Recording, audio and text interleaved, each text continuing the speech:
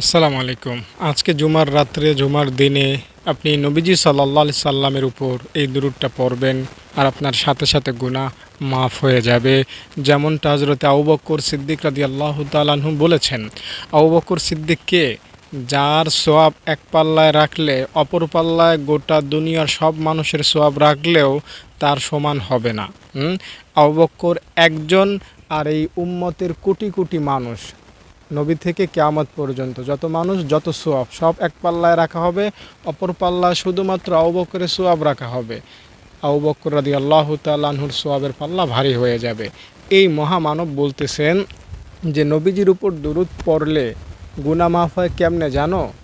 যদি আগুন জ্বালানো হয়, আগুনের মধ্যে যদি পানি ঢেলে দেওয়া হয়, তাহলে পানির কারণে আগুন যত দ্রুত নিভে যায়, নবীজির উপর দুরূদ পড়লে তার মতো করেই এত দ্রুত এত শর্ট টাইমে বান্দার গুনাহ নিভে যায়, বাতিল হয়ে যায়, ধ্বংস হয়ে যায়।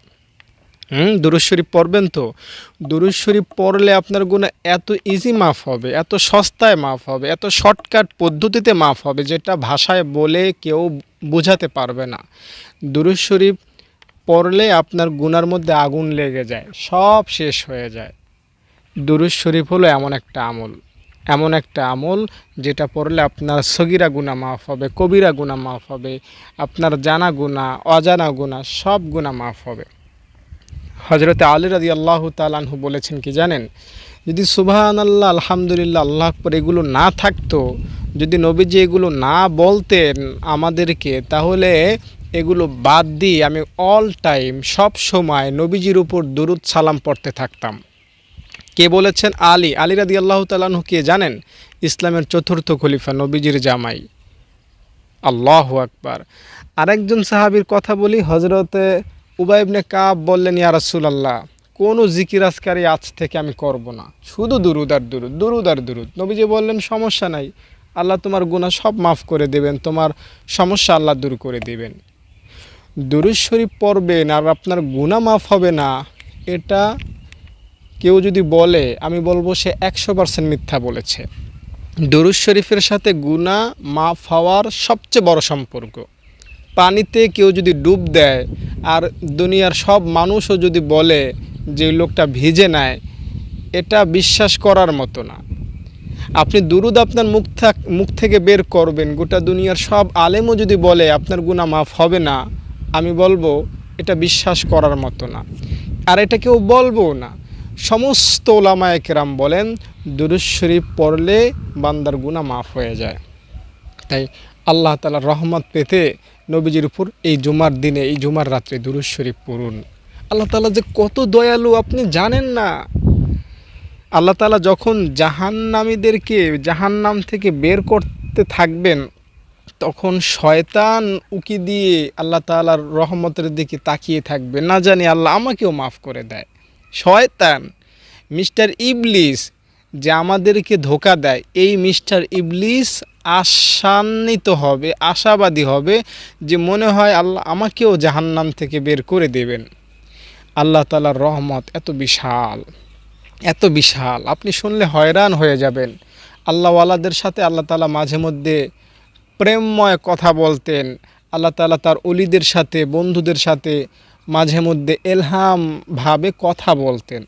এরকমই একটা কথা রয়েছে হযরতে শিবলি রহমাতুল্লাহি আলাইহির সাথে। আল্লাহ তাআলা বললেন, শিবলি, তুমি কি চাও তোমাকে দুনিয়ার মানুষ মাওলানা না বলুক, দুনিয়ার মানুষ তোমাকে সম্মান না করুক, তুমি যে আমার বন্ধু এটা মানুষ অবিশ্বাস করুক, তুমি যে অনেক সৎ মানুষ এটা মানুষ অবিশ্বাস করুক, তোমাকে মানুষ গুনাহগার বলুক, তোমাকে মানুষ পাপী বলুক, এটা বলুক, এটা কি তুমি চাও আমি এটা প্রচার করে দেই, সবার কাছে বলে দিই? আল্লাহ তাআলা শিবলির সাথে একটু কথোপকথন করতেছেন। তার প্রিয় বান্দাদের সাথে আল্লাহ এভাবে সবসময় কথোপকথন করেন। আল্লাহওয়ালাদের জীবনে ঘাটলে দেখবেন তারা বিভিন্ন সময় আল্লাহ তাআলার সাথে গায়বীভাবে, এলহামভাবে কথা বলেছেন। তো এ কথা যখন আল্লাহ তাআলা শিবলিকে বললেন, শিবলি রহমাতুল্লাহি আলাইহি তখন আল্লাহকে বললেন, আল্লাহ, আচ্ছা তুমি কি চাও তোমার রহমতের কথাগুলো আমি তোমার বান্দাদের কাছে খোলাসা করে বলে দিই, যাতে দুনিয়াতে একটা সেজদাকারী বান্দাও তুমি খুঁজে না পাও। আল্লাহু আকবার।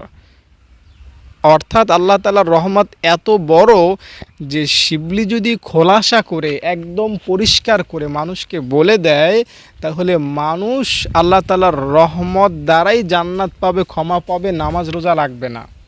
এমনটা শিবলি বললেন আল্লাহ তাআলাকে। তো আল্লাহ তাআলা তখন বললেন, শিবলি দরকার নাই, তোমার দোষের কথাও আমি কাউকে বলবো না, তোমাকে মাওলানাই সবাই বলবে, আমার ওলি সবাই বলবে, দুনিয়াতে কিয়ামত পর্যন্ত তোমাকে আমি দোষারোপ করব না। আর তুমিও আমার রহমতের কথা ঢালাওভাবে বলে আমার বান্দাকে নামাজ থেকে দূরে রেখো না। হযরত আউব, এই ঘটনা তো হয়তো আপনি উড়াই দিতে পারেন, কোত্থেকে পেয়েছো শিবলিকে, তাহলে হাদিস থেকে শোনেন। আবু হুরায়রা রাদিয়াল্লাহু তাআলা আনহুর ঘটনা উড়াই দেওয়ার ক্ষমতা কারো বাবারও নাই। তিনি নবীজি সাল্লাল্লাহু আলাইহি সাল্লামকে খুঁজতেছেন, কোনো সাহাবী নবীজিকে খুঁজে পাচ্ছেন না। তো খুঁজতে নবীজি সাল্লাল্লাহু আলাইহি সাল্লামকে একটা স্থানে পেলেন, নিরিবিলি, সেখানে আর কেউ নাই। নবীজি সাল্লাল্লাহু আলাইহি সাল্লামের কাছে গেলেন, তখন নবীজি তাকে একটা ওয়াজ করলেন। আবু হুরায়রা, চিন্তা নাই, কালিমা পড়েছো না, জান্নাত পেয়ে যাবে। আবু হুরায়রা বললেন, ইয়া রাসূলুল্লাহ, আমি কি সবাইকে কথা বলে দেব কালিমা লা ইলাহা ইল্লাল্লাহ পড়লেই জান্নাত? হ্যাঁ বলে দাও, সবাইকে বলো। ইয়া রাসূলুল্লাহ, এত সস্তা কথা আমি যদি মানুষকে বলে বেড়াই, মানুষ তো আমার কথা বিশ্বাস করবে না। শুধুমাত্র লা ইলাহা ইল্লাল্লাহ পড়বার অন্য কোনো আমল লাগবে না, এত সস্তা কথা আপনি আমাকে বলেছেন, এরকম কথা কেউ আমাকে বিশ্বাস করবে না। তো নবীজি সাল্লাল্লাহু আলাইহি সাল্লাম তখন তার পা থেকে জুতা মোবারক খুলে আবু হুরায়রাকে দিলেন আর বললেন, যাও আমার জুতা দেখিয়ে বলবা আর নবীজির সাথে আমার সাক্ষাৎ হয়েছে, নবীজি আমাকে বলেছে যারা লা ইলাহা ইল্লাল্লাহ পড়েছে আল্লাহ তাআলা তাদেরকে মাফ করে দিবেন, জান্নাত দিবেন। তো আবু হুরায়রা নবীজির কাছ থেকে এই কথা শুনলেন, কত সস্তা কথা দেখেছেন। এই কথা শুনে বের হলেন। কিছু দূর যাওয়ার পরে একজন সাহাবী ওমর রাদিয়াল্লাহু তাআলা আনহুর সাথে তার দেখা হলো। তিনি বললেন, আমার সাথে তো নবীজির সাক্ষাৎ হয়েছে, আমাকে নবীজি বলেছেন যে লা ইলাহা ইল্লাল্লাহ পড়বে সেই জান্নাত পাবে। তো এই কথা শুনে ওমর রাদিয়াল্লাহু তাআলা আনহুর খুব মেজাজ বেড়ে গেল। তিনি আবু হুরায়রাকে ধাক্কা দিয়ে ফেলে দিলেন। আরে এত সস্তা কথা বলে বেড়াচ্ছ মেয়া, চুপ থাকো, সব কথা কি বলা যায়? মানে আল্লাহ তাআলার রহমত এত বিশাল, যদি রহমতের আলোচনাই থাকতো, আল্লাহ তাআলার কাহ্হার বা কঠোরতার আলোচনা যদি না থাকতো, তাহলে বাবার হোটেলে 2-4 বছরের শিশু যেমন নিষ্পাপ থাকে, হাজারো জিনিস ভাঙ্গাচুরা করলেও, হাজারো অপরাধ করলেও আল্লাহ তাআলার প্রতিটা বান্দাও ওরকম নিষ্পাপই থাকতো, আল্লাহ তাআলার জান্নাতেই পৌঁছতো। বুঝতে পেরেছেন? কথাটা গুছিয়ে বলতে পারিনি। মানে আল্লাহ তাআলা এতই বেশি দয়ালু বান্দার প্রতি, যেটা ভাষায় বলে প্রকাশ করা সম্ভব না। আল্লাহ তাআলা সীমাহীন দয়ালু, অনেক বেশি দয়ালু। হাসান বসরি রহমাতুল্লাহি আলাইহি তিনি একবার কিছু সংখ্যক আলেমদেরকে লক্ষ্য করে বলেছেন যে, দেখো তোমরা তো জানো নবীজি সাল্লাল্লাহু আলাইহি সাল্লাম সুপারিশ করবেন তার জন্য যার ঈমান একটা খেজুরের দানা পরিমাণ। তোমরা এটাও শুনেছো আনাস রাদিয়াল্লাহু তাআলা আনহু থেকে যে যার ঈমান একটা সরিষার দানা পরিমাণ তাকেও নবীজি সুপারিশ করে জান্নাতে পৌঁছাবেন। আনাস রাদিয়াল্লাহু তাআলা আনহু তোমাদেরকে এটাও বলেছেন যে যার ঈমান একটা জাররা পরিমাণ, অর্থাৎ সরিষার দানা 70 ভাগ করলে যতটুকু হয় ওই 1 ভাগ পরিমাণ ঈমান যার আছে সেও জান্নাত পাবে। তো এটা পর্যন্ত তোমরা জানো। তবে আমার কাছে আরেকটা গোপন তথ্য আছে, আর সেটা হলো একটা সরিষার দানাকে 70 ভাগ করলে ওই 70 ভাগের 1 ভাগকে আবার 1000 ভাগ করলে যতটুকু হয় ওটা চোখে দেখা যাবে না, ধরা যাবে না, স্পর্শ করা যাবে না, অনুমান করা যাবে না। এমন সামান্য ঈমান যার অন্তরে থাকবে, আনাস রাদিয়াল্লাহু তাআলা আনহু বলেছেন আমাকে যে সে জান্নাতে যাবে। আর আনাস রাদিয়াল্লাহু তাআলা আনহু সরাসরি নবীজির থেকে শুনেছেন, নবী নিজে বলেছেন আমি এমন সামান্য ঈমান যার আছে তার জন্য সুপারিশ করে জান্নাতে পৌঁছাবো তাকে। ভয় পাবেন না। আল্লাহ তো একদম সাফ করে বলে দিয়েছেন, হ্যাঁ, একদম পরিষ্কার করে বলে দিয়েছেন। নবীজি সাল্লাল্লাহু আলাইহি সাল্লাম একবার আল্লাহকে বললেন, আল্লাহ তুমি আমাকে তো অনেক বেশি ভালোবাসো, তাই আমি চাই আমার উম্মতের বিচারটা আমি করতে। বুঝতে পেরেছেন? কথাটা বোঝাতে পারি নাই। ছেলের বিচার যদি বাবা করে তাহলে তো 7 খুন মাপ, হ্যাঁ, ঠিক না? তো নবীজি কেমন যেন এটাই চাইলেন, আল্লাহ আমার উম্মতের বিচার আমি করতে চাই। নবীজি সাল্লাল্লাহু আলাইহি সাল্লামকে তখন আল্লাহ তাআলা সান্ত্বনা দিলেন, আমার হাবিব আপনি কী জন্য বলতেছেন কথাটা আমি বুঝতে পারছি, তবে আমি সারমর্ম কথা বলছি আপনাদেরকে। নবীজিকে আল্লাহ লক্ষ্য করে বললেন, আমার হাবিব আপনার হাতে বিচার কার্য দিলে আপনি যতটা আপনার উম্মতকে আহসানে ক্ষমা করতেন, আমি তার চাইতে বেশি সস্তায় বেশি ইজিতে আপনার উম্মতকে ক্ষমা করতে থাকবো পরকাল। পরকালে একটা ব্যক্তি উঠবে, নবীজি এই হাদিসটা বলে এত হাসা হেসেছেন, সাহাবায়ে কেরাম নবীজিকে এরকম হাসতে কখনোই দেখেনি। নবী সাল্লাল্লাহু আলাইহি সাল্লাম বললেন, একটা লোক হাসরের ময়দানে উঠবে, আমাদের উম্মত, আমাদের নবীজির উম্মতের কথা কত বেশি আলোচিত হয়েছে, কত বেশি সম্মান আল্লাহ তাআলা পরকালে দিবেন। দেখুন এই লোকটাকে উঠাবেন যার গুনাহ আর গুনাহ, সব একটাও নাই বললেই চলে, গুনাহ আর গুনাহ। আল্লাহ তাআলা বলবেন, বান্দা তোকে আমি 80 বছর হায়াত দিয়েছি, শুধু গুনাহ আর আকাম কুকাম করেছিস, তো তোর গুনাহ তুই একটু পড়। আমলনামা হাতে দিবেন আল্লাহ তাআলা, সে পৃষ্ঠা উল্টাবে, ছোট গুনাহ যেগুলো ওগুলো বলতে থাকবে। মনে করেন এই একটা বই না, আমি আপনাকে একদম উদাহরণ হিসাবে বলি, সে দেখবে পৃষ্ঠা উল্টাবে, এখানে একটা ছোট গুনাহ, ওটা পড়বে, আল্লাহ আমি তো একদিন এই গুনাহটা করেছিলাম। আবার দেখবে 10 পৃষ্ঠার মধ্যে শুধু বড় গুনাহ আর বড় গুনাহ, এগুলো লুকিয়ে রাখবে। তো ছোট গুনাহগুলো পড়তে পড়তে পড়তে, ছোট গুনাহগুলো পড়তে পড়তে আগাতে থাকবে, বড় গুনাহগুলো রেখে দেবে। এভাবে পুরো আমল নামাটা পড়ে আল্লাহকে শুনাইবে যে আল্লাহ আমি এই গুনাহ করেছি। তো তখন আল্লাহ তাআলা কি বলবেন জানেন? ও বান্দা ঠিক আছে, যাও, তুমি যেহেতু এই গুনাহগুলো করেছো, তোমাকে আমি এই গুনাহগুলো মাফ করে দিলাম। তখন সে উঠে বলবে, আল্লাহ আল্লাহ ও আল্লাহ, আমি ছোট ছোট গুনাহগুলো মাত্র বললাম, বড় গুনাহ তো রয়ে গিয়েছে, আল্লাহ তুমি যেও না, আমি বড় গুনাহগুলো পড়ে শোনাচ্ছি। তো এই কথাগুলো বলে নবীজি খুব বেশি হেসেছেন। মানে আল্লাহ তাআলা কত বেশি বান্দাকে দয়া করবেন পরকালে, একটু ভেবে দেখুন। এই বান্দা গুনাহ ছোটগুলো পড়েছে, বড় গুনাহ ভয়ে পড়ে নাই, আল্লাহ ছোট গুনাহ মাফ করেছেন। তখন সে আল্লাহকে ডাকতে থাকবে, আল্লাহ আমি তো বড় গুনাহ রেখে দিয়েছিলাম, ভয়ে ছিলাম, তুমি আমার বড় গুনাহগুলো মাফ করে দাও। তো আল্লাহ তাআলা ইনশাআল্লাহ তখন তাকে মাফ করে দেবেন। তো এভাবেই আল্লাহ তাআলা পরকালে বান্দাকে মাফ করবেন। আমরা পরকালে অনেক বেশি সম্মানিত হব। আমাদেরকে আল্লাহ তাআলা সহজে আযাব দিবেন না, বিশ্বাস করেন বা না করেন, এটাই বাস্তবতা। যে ঈমান নিয়ে মরবে সে কোনো না কোনো বাহানায়, কোনো না কোনো অজুহাতে ক্ষমা পাবে। আল্লাহ তাআলা গফুর, আল্লাহ তাআলা রহমান।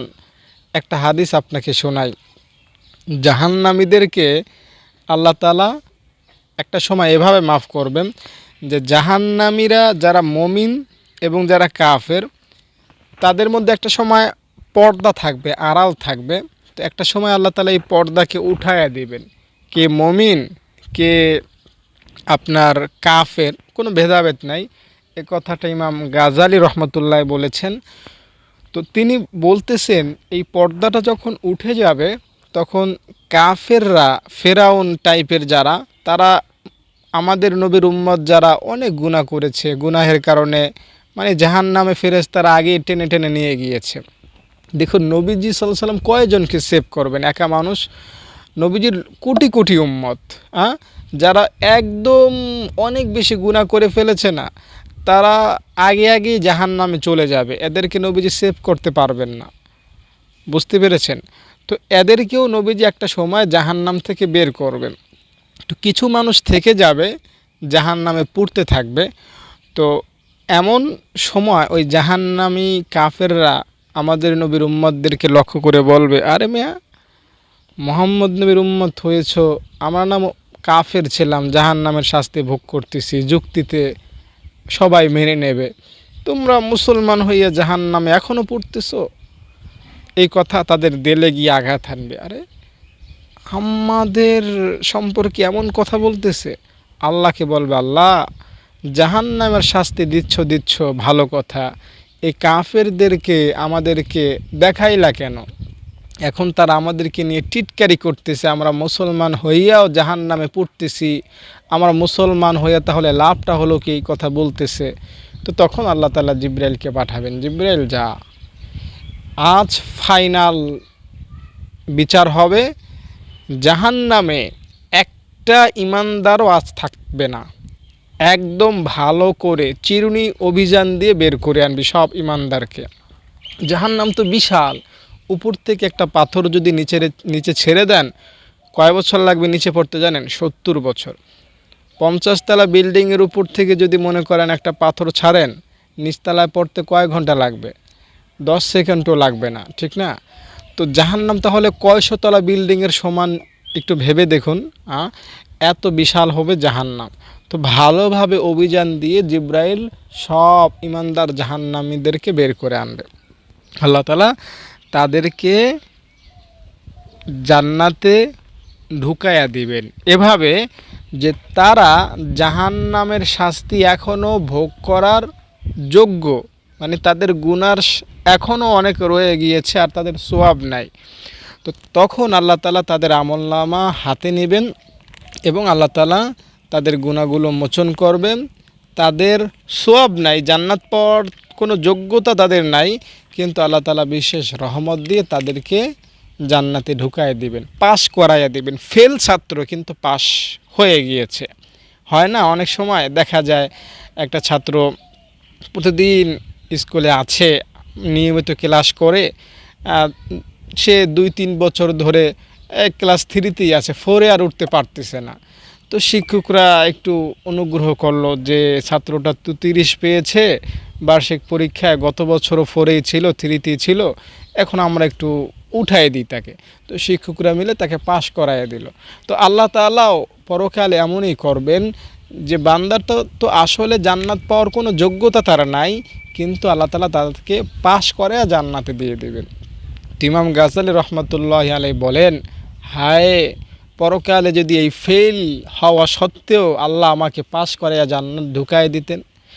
এই আশা সবারই থাকা উচিত যে আল্লাহ, আমি যদি পরকালে ধরাও খেয়ে যাই, আমি যদি পরকালের পরীক্ষায় ফেইলও করে ফেলি, আল্লাহ তুমি আমাকে ফেইল হিসাবে সবার সামনে দাঁড় করাইও না, তুমি তো রহমান, তুমি আমাকে পাশ করাইয়া এই জান্নাতে উঠাইও, আমাকে পাশ করাইয়া জান্নাতে প্রবেশ করাইয়া দিও।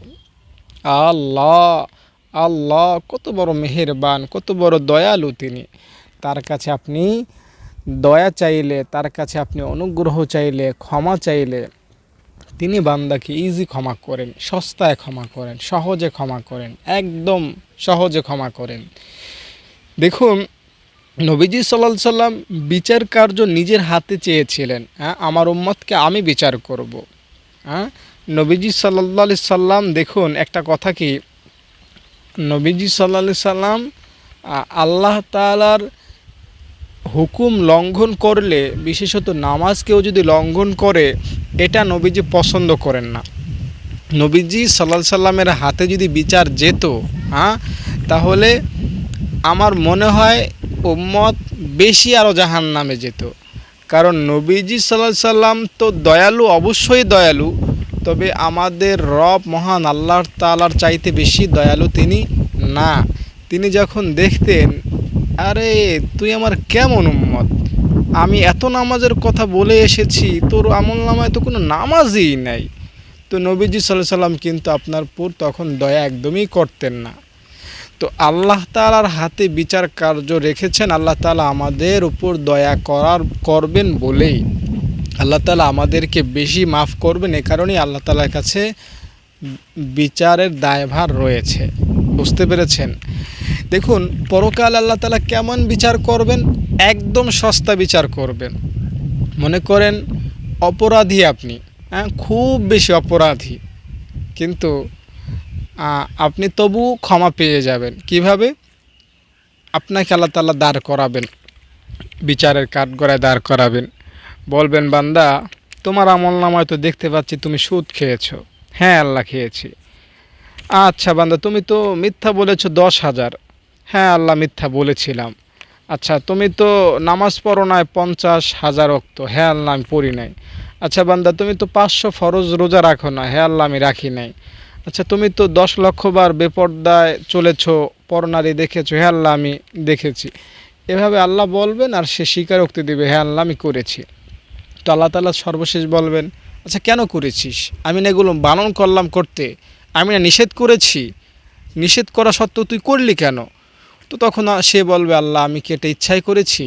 আমি তো ইচ্ছা করে করি নাই। হ্যাঁ, তুই ইচ্ছা করে করিস নাই, তোকে না আমি বুদ্ধি দিয়েছি, জ্ঞান দিয়েছি, তুই জেনে বুঝে করিস নাই। আল্লাহ, জেনে বুঝে করেছি ঠিক, তবে আমি ভালো বেশি এগুলো করি নাই। নামাজ পড়ি নাই ঠিক, কিন্তু নামাজের জন্য মায়া ছিল, দরদ ছিল, পড়তে পারি না। এই জন্য আমার কান্না মাখা দেল ছিল, নামাজ পড়া দরকার। ও আচ্ছা, তাহলে তুই পড়লি না কেন? সমস্যাটা কী ছিল তোর? আল্লাহ, আমি তো নামাজ পড়তে চেয়েছিলামই, কিন্তু এই যে শয়তান, ও আমাকে বাধা দিয়ে রেখেছে। শয়তান আমাকে ঘুষ খাইয়েছে, সুদ খাইয়েছে, মিথ্যা বলিয়েছে, আমাকে দ্বারা এই সেই নানা অপকর্ম করিয়েছে। তো তখন আল্লাহ তাআলা বলবেন, বান্দা তোমাকে শয়তান ধোঁকা দিয়ে এই গুনাহগুলো করিয়েছে? হ্যাঁ আল্লাহ, আমাকে এগুলো করিয়েছে শয়তানি। তো আল্লাহ তাআলা ফেরেশতাদেরকে বলবেন, ফেরেশতারা আমার বান্দা কি বলতেছে? আমার বান্দা কি সত্য বলতেছে? ফেরেশতারাও সবাই মিলে বলবে, হ্যাঁ আল্লাহ, ও তো সত্যই বলেছে। শয়তান যদি তুমি দুনিয়াতে না পাঠাইতা, শয়তান যদি তাকে ধোঁকা না দিত, তাহলে তো ও আমাদের মতোই হতো। ফেরেশতা, আমরা যেমন কোনো গুনাহ করি নাই, আমাদের উপর তুমি যেমন খুশি, তুমি তার উপর আজ ওরকমই খুশি থাকতা। কিন্তু যেহেতু সে শয়তানের বেড়াজালে ছিল, তাই গুনাহগুলো সে করেছে। আচ্ছা, শয়তানকে ডাক। শয়তানকে ডাকা হবে। আল্লাহ বলবেন, এই ফেরেশতা, আমার বান্দার গুনার বোঝাটা, গুনার বস্তাটা শয়তানের কাঁধে ঝুলাইয়া দে, আর আমার বান্দাকে জান্নাতে প্রবেশ করা, শয়তানের শাস্তি আরও বাড়াইয়া দে। আল্লাহ তাআলা এভাবে বিচার করবেন পরকালে, এভাবে আপনাকে সস্তায় একদম ইজিতে ক্ষমা করবেন। আপনি কি মনে করেন আল্লাহ তাআলাকে? হ্যাঁ, আল্লাহ তাআলা কত বেশি দয়ালু। আপনি ওই যে কথাটা বললাম, শিবলি রহমতুল্লাহ আলাইকে বললেন আল্লাহ যে আমি তোমার নাম ডাক শান সব কিছু মানুষের কাছে ভোলাইয়া দেই, এটা কি তুমি চাও? শিবলি বললেন, আল্লাহ তাহলে আমি তোমার রহমতের কথা মানুষকে এভাবে বলবো যে মানুষ তোমার রহমতের আশায় বসে থাকবে, কোনো সেজদাকারী তুমি খুঁজে পাবা না। আল্লাহু আকবার। মানে আল্লাহ তাআলার রহমত কত বিশাল, আপনি চিন্তাও করতে পারবেন না। আরে ভাই, নবীজি সাল্লাল্লাহু আলাইহি সাল্লাম একবার একটা জায়গায় বসে আছেন, নবীজির সামনে একটা পাখি এতটুকু এতটুকু করে, এই সামান্য ঠোঁটের মাথায় একটু একটু করে বালি সমুদ্রের মধ্যে নিয়ে ফেলতেছে। জিবরাইল এসেছে কিছুক্ষণ পর। জিবরাইল, ভাই এই পাখিটার এই কাজের কারণ কি? একটু একটু করে বালি আমার এখান থেকে নিয়ে কোথায় যাচ্ছে, কি আবার ফিরে আসছে, ঘটনা কি? তো তখন আল্লাহ তাআলার দরবার থেকে জিবরাইল জেনে এসে নবীজিকে বললেন, হে আল্লাহর রাসূল, এই যে এই পাখিটা আপনি দেখতেছেন সামান্য বালি নিয়ে যাচ্ছে, এই পাখিটা সমুদ্রে বালিগুলো ফেলছে। তো আমি সারমর্ম কথাগুলো বলছি। তো নবীজি বললেন, এই পাখিটার সামান্য বালিতে সমুদ্রের পানি তো কিছুই হবে না। তো জিবরাইল বললেন, ইয়া রাসূলুল্লাহ, আপনার উম্মতের গুনাহ আল্লাহ তাআলার রহমতের সমুদ্রের মধ্যেও কোনো প্রভাব ফেলবে না। আপনার উম্মতের গুনাহ আল্লাহ তাআলার রহমতের দরিয়াকে কিছুই করতে পারবে না। এই পাখি হাজারো বার যদি ঠোঁটের মাথায় বালি নিয়ে সমুদ্রে ফেলে, সমুদ্রের কিচ্ছু যায় আসে না, কিচ্ছু যায় আসে না। ঠিক বান্দা হাজারো বার গুনাহ করলেও আল্লাহ তাআলার রহমতের সাগরে কোনো কমতি হবে না, ঘাটতি হবে না, কোনো কিছুই হবে না। একটা হাতির উপরে মনে করেন একটা মশা পড়েছে, আধা ঘন্টা 1 ঘন্টা বিশ্রাম নেওয়ার পরে মশা উড়ে যাওয়ার সময় হাতির সামনে গিয়ে মিনমিন করে বলতেছে, ছাড়, আমি কিন্তু আপনার পিঠে 1 ঘন্টা বসেছিলাম, আমাকে সরি, মাফ করে দিয়েন, আপনি এত বড় একটা মানুষ, আপনার উপর বসে থেকেছি অনুমতি ছাড়া, অন্যায় হয়েছে, মাফ করে দিয়েন। তো হাতি মশাই তখন বলতেছে, আরে মিয়া, তুমি আমার উপরে বসেছিলে, আমি তো টেরই পাইনি, তুমি উড়ে যেতা, আমার সামনে আসার কি দরকার ছিল? তো আল্লাহ তাআলার রহমতের সামনে আমাদের গুণ আল্লাহ তাআলা টেরই পান না। আল্লাহ তাআলা কেমন যেন দেখেন, আমার বান্দা তো সুবহানাল্লাহ বলেছে, ওদিক দিয়ে যে আপনি 10 বছর নামাজ পড়েন না, ওদিকে আল্লাহ তাকানই নাই। আপনি 20 বছর পর আল্লাহ তাআলার কাছে হাত তুলে মোনাজাত করেছেন, আল্লাহ মাফ করে দাও। আপনি যে দিক দিয়ে 50 বছর ধরে রোজা রাখেন না, নামাজ পড়েন না, বেপরদায় ছিলেন, ওদিকে আল্লাহ তাকাবেনই না। আল্লাহ শুধু আপনার ভালোটা দেখেন, আপনার মঙ্গলটা দেখেন, আপনার ন্যাক কাজটা দেখেন। বিশ্বাস করেন, এটাই বাস্তবতা। একটা ঘটনা তাহলে বলি, সহজ করে একটা বলি ঘটনা। জুন্নুন মিসরি রহমতুল্লাহ আলাইহি ঘটনাটা বলেছেন। তিনি দেখেছেন একটা বিচ্ছু নদীর পাড়ে যাচ্ছে। বিচ্ছু পোকা পানি সহ্য করতে পারে না। তো জুন্নুন মিসরি বললেন, এই প্রাণীটা নদীর পাড়ে যাচ্ছে, সে তো মারা যাবে। তো তিনি দেখলেন, সে যখন নদীর পাড়ে যাচ্ছে, নদীর পাড়ে একটা কচ্ছপ ছিল। ওই বিচ্ছু পোকাটা কচ্ছপের উপরে উঠেছে, কচ্ছপটা সাঁতরিয়ে নদীর ওপারে গিয়েছে। জুন্নুন মিসরি বলেন, আমিও সাঁতরিয়ে নদীর ওপারে গেলাম, দেখলাম বিচ্ছু পোকাটা দূরে একটা গাছ, নদীর ওপারে গাছের নিচে একটা যুবক বসা শুয়ে আছে, এভাবে শুয়ে আছে। তো এই বিচ্ছু পোকাটা তার দিকেই যাচ্ছে। তো জুন্নুন মিসরি বললেন, আমি মনে করলাম বিচ্ছু পোকাটা এই যুবকটাকে আক্রমণ করবে। খুব বিষধর, খুবই ভয়ঙ্কর একটা বিচ্ছু পোকা, স্বাভাবিক বিচ্ছু পোকা না। তো তিনি কেমন যেন ভাবতে লাগলেন, আমি এই বিচ্ছু পোকাটা মেরে ফেলব। তিনি মারার জন্য সামনে আরও অগ্রসর হলেন। কিছু দূর যাওয়ার পরে দেখতেছেন যে একটা সাপ ওদিক থেকে ওই ঘুমান্ত ব্যক্তির কাছে আসতেছে। এদিক দিয়ে বিচ্ছু, ওদিক দিয়ে সাপ, দুইটাই যখন একদম ওই লোকটার কাছে আসলো, জুন্নুন মিসরি তখন এই দুইটা প্রাণীর তামাশা দেখতে লাগলেন। সাপটা ওই ঘুমান্ত ব্যক্তির মুখে ছোবল দিয়ে এখনই আক্রমণ করবে। এমন সময় এই বিষধর বিচ্ছু পোকাটা সাপটার মাথায় গিয়ে চিমটি কাটলেন, আক্রমণ করলেন। সাপটা তখন বিষাক্ত হয়ে ওইখানে ছটফট করে মারা গেল। জুন্নুন মিসরি বলেন, আমি এই সাপ এবং বিচ্ছু পোকার কাহিনী দেখতে লাগলাম। তো আমি তখন ভাবলাম, এই গাছের নিচে শুয়ে থাকা ব্যক্তিটা অনেক বড় অলি হবে, অলিয়া হবে। তা না হলে এভাবে নদীর উপর থেকে আল্লাহ তাআলা একটা বিচ্ছুর মাধ্যমে তার জীবনকে বাঁচাবেন, এটা কি হতে পারে? তো তিনি বলেন, আমি ওই লোকটার কাছে একদম নিকটে চলে গেলাম। সে এখনও ঘুমাচ্ছে। আমি গিয়ে দেখি তার পাশে মদের বোতল, মুখ থেকে গন্ধ আসতেছে। তো আমি তাকে ঘুম থেকে জাগ্রত করলাম এবং বললাম, আরে মেয়ে, তুমি ঘুমাচ্ছ, এদিক দিয়ে তো তোমার কিয়ামত হয়ে গিয়েছে। কি হয়েছে হুজুর? এই যে সাপটা, বিষধর সাপটা, এ তোমাকে আক্রমণ করতে এসেছিল। এই বিচ্ছু পোকাটা সাপটাকে মেরে তোমাকে বাঁচিয়েছে। আল্লাহ তোমাকে এভাবে রক্ষা করেছে যে বিচ্ছু পোকাটা নদীর ওপার থেকে আল্লাহ তাআলা তোমাকে বাঁচানোর জন্য পাঠিয়েছে। তখন ওই যুবকের হুঁশ ফিরে আসলো, হায়, আমি এত পাপী হওয়া সত্ত্বেও আল্লাহ আমাকে এত বেশি ভালোবাসেন। যা, আজ থেকে মদ খাবো না, যা, আজ থেকে আমি আর কোনো খারাপ কাজই করব না। হ্যাঁ, আল্লাহ তাআলা একটা গুনাহগারকে কত বেশি ভালোবাসেন। দাউদ নবীকে আল্লাহ বলেছেন, ও দাউদ শোনো, দাউদ নবী শোনো, সবাইকে তো আর সব কথা বলি না, শোনো, আমার বান্দাকে আমি যতটা বেশি ভালোবাসি, পাপী বান্দা, গুনাহগার বান্দাকে যতটা বেশি ভালোবাসি, এটা যদি সে জানতো, সে বুক ফেটে মারা যেত। আল্লাহ তাআলা এত বেশি আল্লাহ তাআলা বান্দাকে ভালোবাসেন। তাই ওই আল্লাহ তাআলার ভালোবাসা পরিপূর্ণ যদি আপনি সব সময় পেতে চান, রাখতে চান নিজের কাছে, আপনাকে নবীজির উপর দুরূদ শরীফ পড়তে হবে। দেখুন, নবীজি সাল্লাল্লাহু আলাইহি সাল্লাম তার বন্ধু মুহাম্মদ সাল্লাল্লাহু আলাইহি সাল্লামকে সবচেয়ে বেশি ভালোবাসেন। এই নবীজির সাথে যদি আপনি খাতির রাখতে পারেন, ভালোবাসা রাখতে পারেন, দুরূদ শরীফ পড়ার মাধ্যমে, আল্লাহ আপনাকে ভালোবাসবেন, আল্লাহ আপনাকে দয়া করবেন, আল্লাহ আপনাকে অনুগ্রহ করবেন এবং আল্লাহ তাআলার বিশাল দয়ার সাগরে আপনি সবসময় থাকতে পারবেন। এটা আমি আপনাকে হাতে কলমে লিখিত গ্যারান্টি সহকারে দিতে পারবো ইনশাআল্লাহ। দুরূদ শরীফ পড়বেন, আপনার গুনাহ থাকবে না, একদম থাকবেই না। ছোট গুনাহ বা বড় গুনাহ, আগের যেই গুনাহ 2005 সালে যেই গুনাহগুলো করেছেন, ওই গুনার রানিং বছরে 2024 সালে যেই গুনাহগুলো করতেছেন, সেটাও মাফ হবে।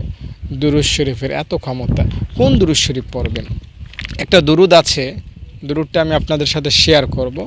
এই দুরূদটা আপনি পড়বেন, নাহমাদুহু ওয়া নুসাল্লি আলা রাসূলিহিল কারীম, এই দুরূদটা আমি একটা ভিডিওতে বলেছিলাম, আপনারা অনেকেই আমল শুরু করেছেন, দুরূদটা পড়তেছেন। এটা কিন্তু অনেক ভালো একটা দুরূদ। নাহমাদুহু ওয়া নুসাল্লি আলা রাসূলিহিল কারীম। তো এই দুরূদটা আপনারা পড়বেন, আর এই দুরূদটা আপনারা বেশি বেশি পড়বেন। নাহমাদুহু ওয়া নুসাল্লি আলা রাসূলিহিল কারীম, এতটুকু সংক্ষিপ্ত।